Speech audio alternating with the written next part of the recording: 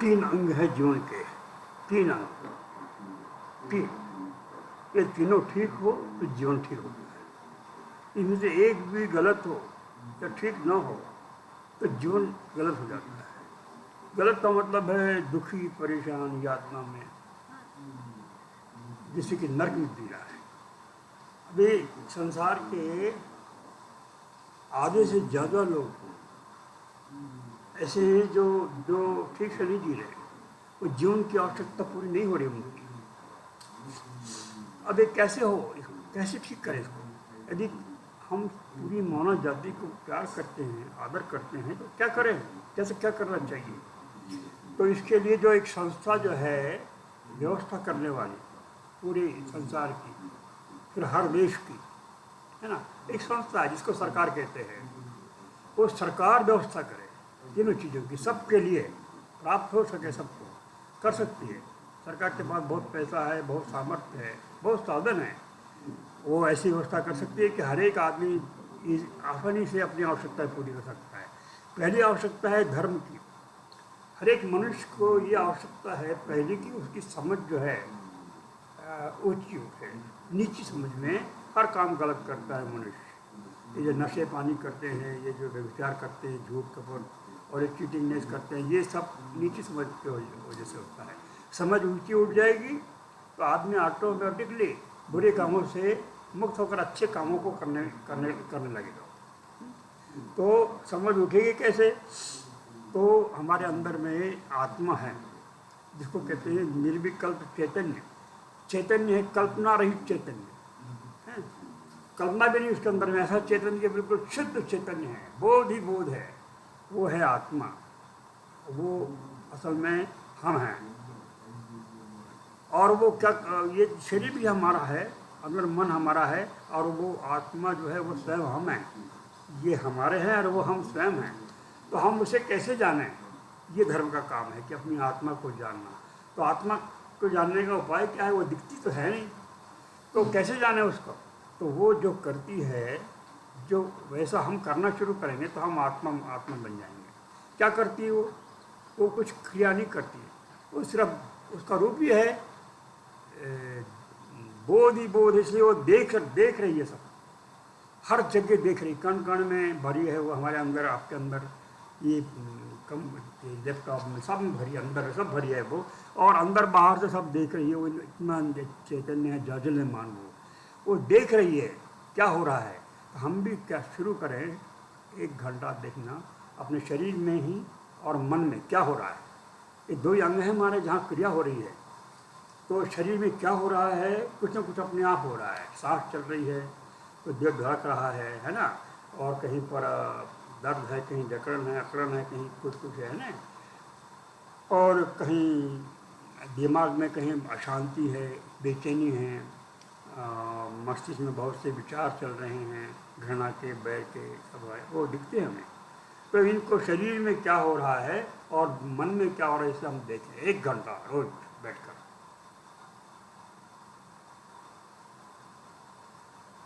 कुछ नहीं करें, बड़ी शांति मिलेगी।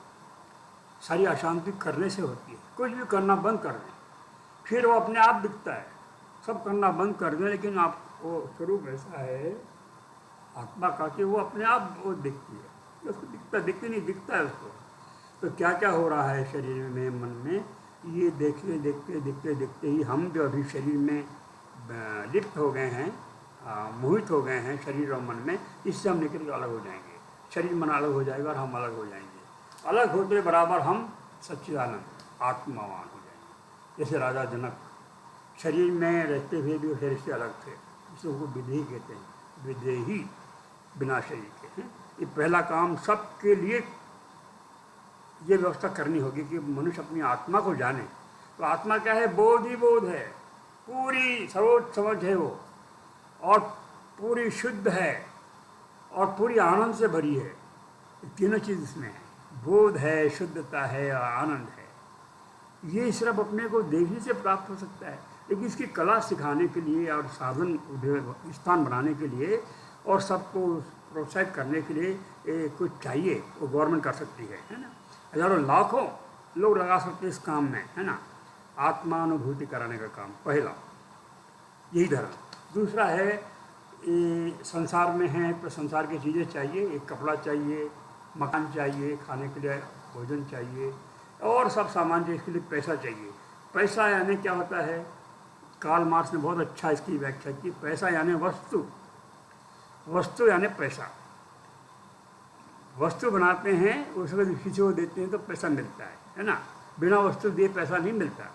तो वस्तु यानी पैसा, पैसा यानी वस्तु। तो हमें सिखाए कि हम वस्तु बनाना सीखें। वस्तु यानी कोई भी काम हम करें, कुछ निर्माण करें, कुछ निर्माण करना सबको सिखाए कुछ, है ना। शारीरिक है निर्माण है, बौद्धिक निर्माण है ना, बहुत से हैं काम भी सिखाएं और वो करने का उसको मौका दें ताकि और उसके बदले में उसको वाजिब दाम मिल सके, ऐसी व्यवस्था करें ताकि सभी लोग अपने श्रम से समृद्ध हो सकें और कोई किसी पर आश्रित न हो और कोई हीनता में न रहे, कोई गरीब न रह पाए, गरीब तो कोई भी न रहने पाए, सब सुखी शांत रहे। ये आर्थिक स्थिति ठीक करना दूसरा काम है। अर्थ, इसे कहते हैं धर्म। और ये अर्थ, आर्थिक व्यवस्था सब ठीक होने के लिए उपाय है। हर किसी को उसके काम में निपुण करें, वो काम करने का मौका दें और उसको वाजिब दाम मिले, इसकी व्यवस्था करें। तो सरकार का दूसरा काम। तीसरा काम है सेक्स, काम यानी सेक्स। सेक्स का डिपार्टमेंट बहुत सेंसिटिव है और बहुत ज़रूरी है। जीवन में दो ही भूख है, आत्मा को छोड़ दे तो जीवन की, शरीर जीवन की दो ही भूख है, एक तो खाना भोजन और दूसरा सेक्स। तो भोजन तो ईमानदारी से मिल सकता है, सेक्स भी ईमानदारी से मिले हमें। और सेक्स ऐसे साथी से मिले जो हमारे जैसा हो, जिसकी समझ हमारे स्तर की हो, जिसकी रुचि हमारे जैसी हो, जो ना नेगेटिव वाला ना हो, पॉजिटिव वाला हो, हर बात में हमारे समर्थन में हो, हमारे साथ हो। तो ऐसा साथी में शादी की उसको। और वो विवाह का मतलब भी है जो एक दूसरे से मिलते हैं। शादी यानी जो समान हैं, समान हो। असमान लोगों में शादी होती है तो सेक्स तो होता है, उसका आनंद भी मिलता है, बच्चे भी पैदा होते हैं, लेकिन एक अशांति, एक अतृप्ति बनी रहती है जीवन में, है। एक घृणा, बैर, दुश्मनी सी बनी रहती है पति पत्नियों में, अगर उनके विचार न मिलते हों तो, उनकी तरीक़ा नहीं मिलते, जीवन शैली न मिलती हो तो ये फिर वो पूरी तरह से तृप्त नहीं हो पाता काम में। तो समान विचारों में, दोनों के विचार समान और समान रुचि में शादी की व्यवस्था करने का इंतजाम करे सरकार। इसके लिए एक मैरिज मंत्रालय बनाए और बच्चों जो पढ़ते हैं, जो होते हैं जो विवाह के लायक, जैसे 10th क्लास में हो जाते हैं तो उस समय में उनके रुचि का स्तर क्या है, चेतना का, उनका समझ का स्तर क्या है और रुचि कहाँ है, ये जज करके वो उसका और योग्यता के साथ में ये भी उसमें ऐड करके और वो मैरिज मंत्रालय को दें, जो हर जिले में, हर तहसील में हो। और जिसको भी शादी करना है, सबके हो, सारे बच्चों के हो ऐसे कार्ड। तो जिसको शादी करना है, जैसे मुझे अपनी बच्ची की शादी करना है तो उसका कार्ड जो है लेके वहाँ जाऊँ तो उसको मिलते जुलते बहुत से लड़कों के एड्रेस हमें मिल जाएंगे वहाँ से, पते। हम कहीं तलाश करेंगे तो कोई न कोई ठीक हमारी बच्ची के लायक कोई बच्चा मिल जाएगा, दोनों सुखी रहेंगे फिर, हैं। और ऐसे सुखी दाम्पत्य में जो बच्चा पैदा होगा वो महासुखी होगा, पैदाइशी बहुत योग्यता वाला होगा वो, और सुंदर और शांत होगा, अच्छा होगा। तो ये धर्म और सरकार तीनों की व्यवस्था सरकार करे, क्योंकि तीन ही चीज़ सबकी आवश्यकता है। इन तीनों का अभाव ही संसार में दुख का कारण है। और इन दुखी लोगों को, जो चालाक लोग हैं जिन्होंने बेईमानी से धन जमा कर लिया है, वो चालाकी और धन की वजह से सारे दुखी लोगों को, ये दुखी लोग सब में से आधे से ज़्यादा है, इनसे वो काम लेते हैं। ये कौन लड़ रहे हैं सीमा पर, हैं? वो लड़ रहे हैं जो गरीब हैं, जो दुखी हैं, कोई साधन नहीं उनके पास है ना, उनको थोड़ा साधन दे, पैसा देकर काम करा रहे हैं। कि माफिया लोग उन्हीं से काम करा रहे हैं, आतंकवाद उन्हीं से करा रहे हैं।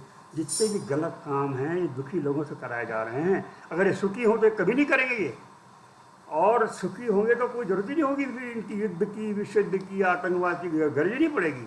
ये सब गरज इसीलिए है, ये सब हो रहे हैं क्योंकि मनुष्य सुखी नहीं है। तो ये तीन चीज़ें, धर्म, अर्थ और काम की व्यवस्था सबके लिए करे तो हर आदमी उसमें शामिल हो जाएगा।